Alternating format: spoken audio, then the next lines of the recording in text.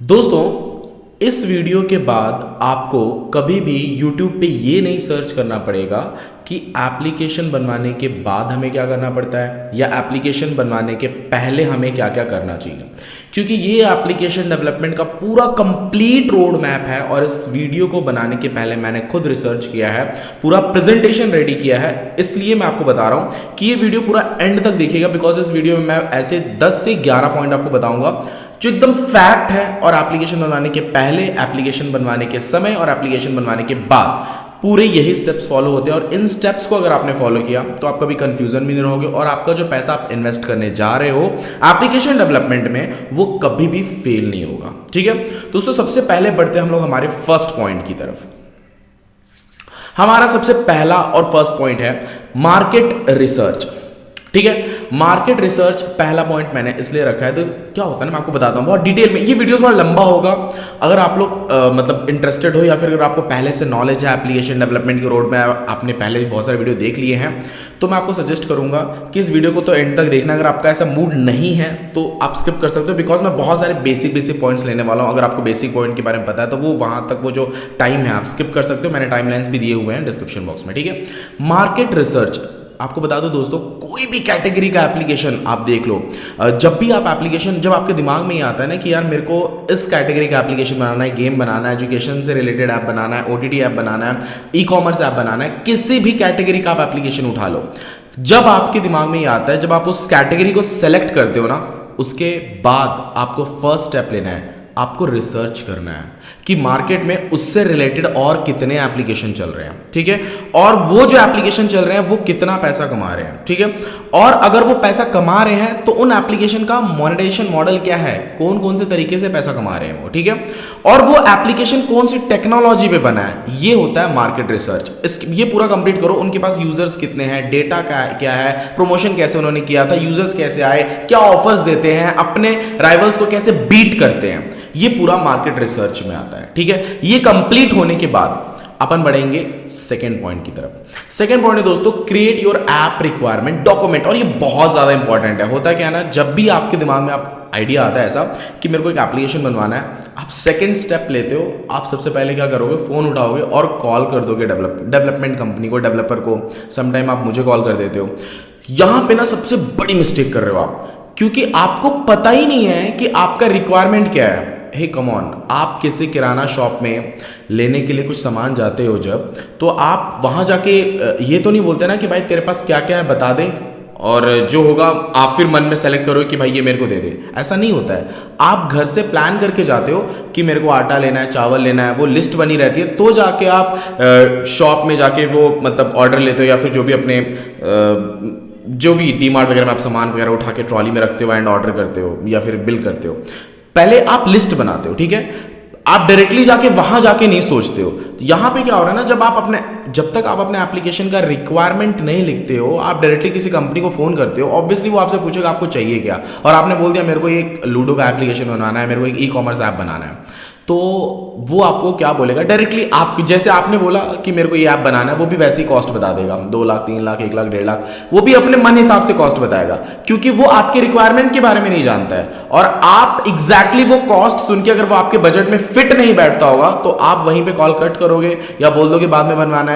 या फिर अगर आपको ऐसा लगता होगा कि यार ये बहुत कम बजट बता रहा है, तो आपको फिर वो ऐसा लगेगा कि फ्रॉड तो नहीं हो रहा मेरे साथ। चीजें बहुत सारी चेंज होती है। तो सबसे पहले आपको एक डॉक्यूमेंट रेडी करना है, पीडीएफ फाइल रेडी कर लो, या एक पेज पे लिख लो अपने रिक्वायरमेंट को। पर ये बहुत ज्यादा इंपॉर्टेंट पॉइंट है कि आपको अपने एप्लीकेशन में क्या चाहिए, वो सारी रिक्वायरमेंट लिखो। ठीक है, उसके बाद जब आप किसी कंपनी से बात करोगे ना, और जब बताओगे कि मेरे को एक ई कॉमर्स ऐप बनाना है विद दिस फंक्शनैलिटी, फिर देखो आपको एक राइट कॉस्ट मिलेगा कि भाई इतने में बन जाएगा ये। फिर वो वही चीज 2-4 और कंपनी से जब आप कंपेयर करोगे तो लगभग सेम कॉस्ट आएगा, उतने में बन जाएगा। ठीक है, अगर आप बिना रिक्वायरमेंट के किसी भी कंपनी के पास जाते हो ना, तो हर बार क्या होता है, अलग अलग सब कॉस्ट बताते हैं। तो यहाँ पे ये मतलब इसलिए आप कंफ्यूज हो जाते हो, और उसके बाद में फिर आपका या तो एप्लीकेशन बनाने का मूड खत्म हो जाता है, या फिर किसी गलत कंपनी के पास आप जाके अपना ऐप रिक्वायरमेंट बिना बताए अपना एप्लीकेशन डेवलपमेंट करने के लिए आप दे देते हो। ठीक है, तो ये कभी आपको नहीं करना है। ओके दोस्तों, बढ़ते हैं हम लोग थर्ड पॉइंट की तरफ। तीसरा पॉइंट है फाइंड ऐप डेवलपमेंट कंपनी और हायर डेडिकेटेड डेवलपर। यस बिल्कुल, जब आपके पास रिक्वायरमेंट रेडी है आपको पहले खुद देखना है कि आपका बजट क्या है। अगर आपके पास बजट अच्छा खासा है, आप बहुत लंबे समय का सोच रहे हो और आपके पास इन्वेस्टर्स भी हैं, तो मैं कभी सजेस्ट नहीं करूंगा कि किसी के ऐप डेवलपमेंट कंपनी को या किसी फ्रीलांसर को पकड़ो। मैं तो ये बोलूंगा डेडिकेटेड टीम हायर करो, ठीक है, डेडिकेटेड टीम हायर करो अपने पास। और ज़्यादा टाइम नहीं लगता है, मैं आपको बताऊं, पर्सनल एक्सपीरियंस बता रहा हूँ, with in a month, with in 2 month आपके पास अच्छे खासे 2 एंड्रॉयड के, 2 PHP के या फिर 2 फ्लटर के ले लो, बैकएंड की सपोर्ट के लिए ले लो डेवलपर्स, है ना। तो चीज़ें हो सकती हैं। डेडिकेटेड डेवलपर बहुत फायदेमंद होते हैं अगर आपके पास बजट अच्छा खासा है। तो अगर आपके पास बजट कम है, 2-3 लाख का बजट है और आपके पास ऐसा लगता है कि आपको फ्रीलांसिंग में अगर आप करवा लोगे तो मतलब वहां पे ना, मैं जब बजट कम होता है तभी सजेस्ट करता हूं कि आप किसी डेवलपमेंट कंपनी के पास जाओ। और अगर आपके पास बजट अच्छा खासा है तो आप एक डेडिकेटेड डेवलपर हायर करो, क्योंकि डेडिकेटेड डेवलपर में कंट्रोल आपका रहता है, चीज़ें आप अपने तरीके से वहां पे बता पाओगे।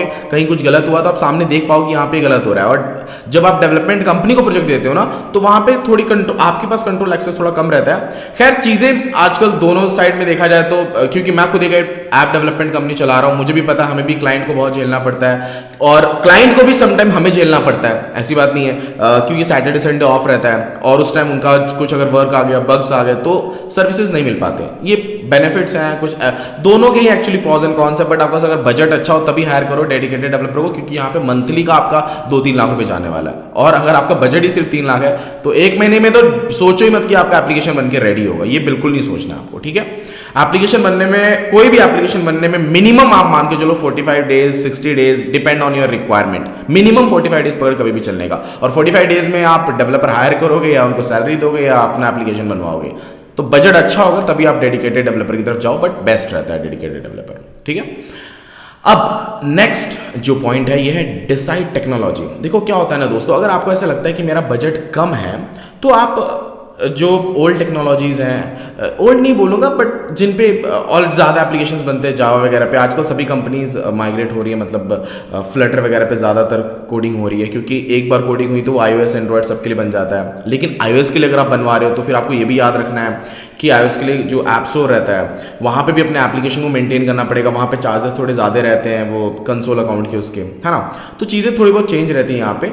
आपको टेक्नोलॉजी डिसाइड करना है कि आपका एप्लीकेशन कौन सी टेक्नोलॉजी के ऊपर फिट बैठता है। सभी टेक्नोलॉजी के अपने अलग अलग फायदे और नुकसान है, ठीक है।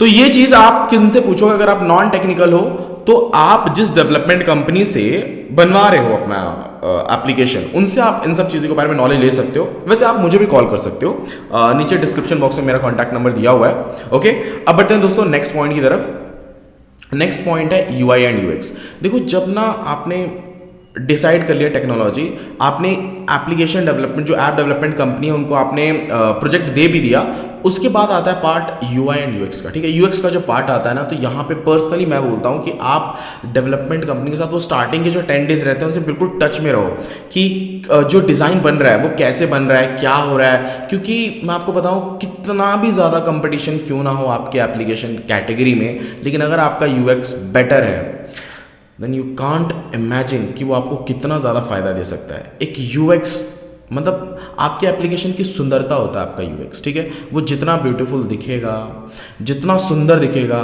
चांसेस उतने ज़्यादा हैं आपके एप्लीकेशन पे एक्टिव यूजर रहेंगे, ठीक है।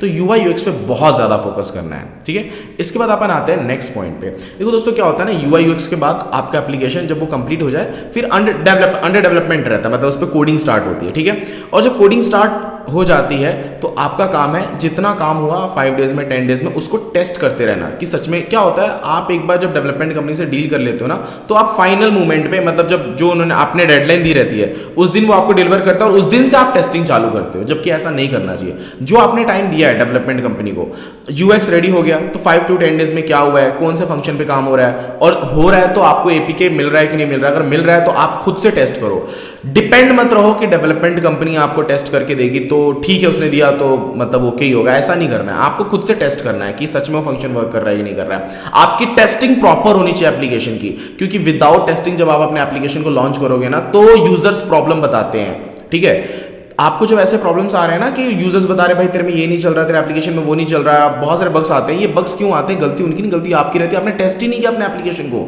लॉन्च करने से पहले। तो कभी भी याद रखना, अपने एप्लीकेशन को लॉन्च करने से पहले टेस्ट जरूर करना, ठीक है। अब दोस्तों बढ़ते हैं सर्वर की तरफ। ये बहुत ही ज़्यादा इंपॉर्टेंट पॉइंट है एक्चुअली। मैं बताऊँ आपको, जब आपका एप्लीकेशन रेडी हो गया, ठीक है, आपने टेस्टिंग वगैरह सब कुछ कर लिया। टेस्टिंग पीरियड में तो चलो ठीक है, वो एक डमी सर्वर रहता है, लोकल होस्ट पे होस्ट कर देते हैं अपन उसको।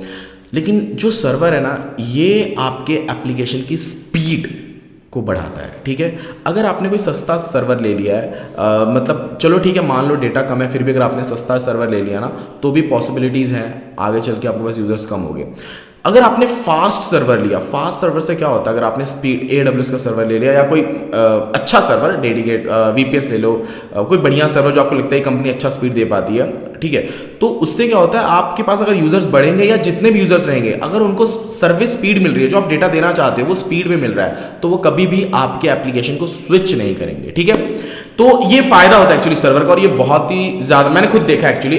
और आप खुद भी देखो ना, अगर आप किसी होटल में जा रहे हो, कहीं भी जा रहे हो, अगर आपको स्पीड सर्विस मिल रही है, किसी भी मैं कैटेगरी की बात कर रहा हूं, कहीं भी आप जाओ, अगर आपको सर्विस सही मिल रही है, तो आप बार बार उस जगह पे जाना पसंद करते हो। तो ये चीजें हैं एक्चुअल में, ठीक है दोस्तों। अब हम बढ़ते हैं नेक्स्ट पॉइंट की तरफ। नेक्स्ट पॉइंट है पब्लिश योर ऐप। कॉन्ग्रेट्स, अगर आपने ये सभी पॉइंट्स को मतलब फॉलो किया और आपका एप्लीकेशन बन के रेडी हो गया, आपने टेस्ट कर लिया, बढ़िया सर्वर लगा दिया, तो ये समय है अब आपके एप्लीकेशन को पब्लिश करने का, ठीक है। पब्लिश अगर आपने एंड्रॉयड iOS दोनों के लिए बनाया है तो आप प्ले स्टोर पे भी पब्लिश करो और ऐप स्टोर पे भी पब्लिश करो। लेकिन अगर आपका ऐसा एप्लीकेशन है जो कि दोनों ही जगह पे पब्लिश नहीं हो सकता है, दोनों ही मतलब जो कंसोल्स हैं इनकी पॉलिसीज को वॉयलेट कर रहा है अगर आपका एप्लीकेशन, तो आप वेबसाइट पे डाल सकते हो अपने एप्लीकेशन को, वहां पे यूजर्स को लाके अपने एप्लीकेशन को डाउनलोड करवा सकते हो, ठीक है। नेक्स्ट स्टेप है ऐप प्रमोशन, ठीक है। ये नेक्स्ट स्टेप है, पब्लिश करने के बाद या वेबसाइट पे डालने के बाद आप अपने एप्लीकेशन को फुल दबा के जितना हो सकता है उतना प्रमोशन करो।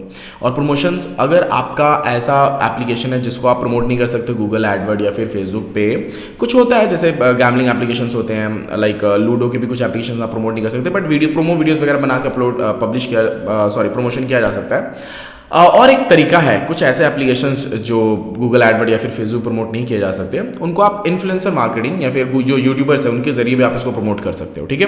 तो प्रमोशन के बहुत सारे वेरिएंट है और ये बहुत ज़्यादा इंपॉर्टेंट है। प्रमोशन करना क्या होता है दोस्तों, एप्लीकेशन बनवाने के बाद बहुत लोग प्रमोशन नहीं कराते, उनको लगता है यूजर्स ऑटोमेटिकली आ जाएंगे, तो ऐसा नहीं होता है। जो चीज़ दिखेगी नहीं वो बिकेगी कैसे। अब आप बताओ, अगर आपको अमेजोन के बारे में पता ही नहीं होता तो आप क्यों जाते हैं अमेजोन पे मतलब कैसे जाते हैं अमेजोन पे शॉपिंग करने। पता हुआ उसने कितना प्रमोशन किया, हम पहले कितने ऐड देखते थे टीवी पे, हम कितने ऐड देखते थे गूगल पे, टिकटॉक के कितने ऐड देखे होंगे आपने। अमेजॉन बोलते बोलते मैं टिकटॉक पे आ गया, यस, क्योंकि बहुत इरिटेटिंग एड्स रहते थे। चलिए ठीक है, नेक्स्ट पॉइंट की तरफ बढ़ते हैं। प्रमोशन बहुत ज़्यादा ज़रूरी है, ठीक है। नेक्स्ट है ऐप मेंटेनेंस। ये बहुत ज़्यादा ज़रूरी है दोस्तों। क्या होता है, जब यूज़र्स बढ़ते हैं ना, जब यूज़र्स बढ़ते हैं तो एप्लीकेशन में कभी सर्वर का प्रॉब्लम या कुछ लैग करना, बहुत सारी चीज़ें होती हैं। तो प्रॉब्लम क्या है कि आपने एप्लीकेशन बनवा लिया, तो ये टेक्निकल चीज़ है, ठीक है। ये ऐसा नहीं है कि ये ख़राब नहीं होगा, कभी एक बार बन गया तो ख़राब नहीं होगा, ऐसा नहीं होता है। जब एंड्रॉयड के वर्जन्स अपडेट होते हैं तो एप्लीकेशन में भी कहीं ना कहीं हमें कुछ ना कुछ अपडेट करना ही पड़ता है। तो एप्लीकेशन मेंटेनेंस भी बहुत ज़्यादा ज़रूरी है। आपका एप्लीकेशन पब्लिश हो गया, आपने प्रमोशन करा दिया, आपके पास यूजर्स भी बहुत अच्छे खासे आ गए, तो ऐप को मेंटेन करना भी बहुत ज़्यादा ज़रूरी है। आप अगर अपने ऐप को मेंटेन नहीं करोगे तो जब वर्जन्स वगैरह चेंज होंगे ना, तो जो यूजर्स अपने सॉफ्टवेयर को डेली अपडेट करते रहते हैं, फोन्स को जब डेली अपडेट करते रहते हैं, तो उस समय पर आपके एप्लीकेशन में कुछ बग्स आएगा, आपका एप्लीकेशन सही तरीके से काम नहीं करेगा, तो वही यूजर आपके एप्लीकेशन को डिलीट कर देंगे, ठीक है। अब बढ़ते हैं दोस्तों नेक्स्ट पॉइंट की तरफ। एप्लीकेशन मेंटेनेंस सच में बहुत ज़्यादा ज़रूरी है। AMC करवा सकते हो आप चाहो तो, ठीक है। ये बहुत ही इंपॉर्टेंट पॉइंट है। होता क्या है ना दोस्तों, जब हमारे पास यूजर्स आ जाते हैं, और ये सच में एक कहावत सच्ची है, वो जो चीज़ हमारे पास रहती है ना उसकी कदर नहीं होती हमें।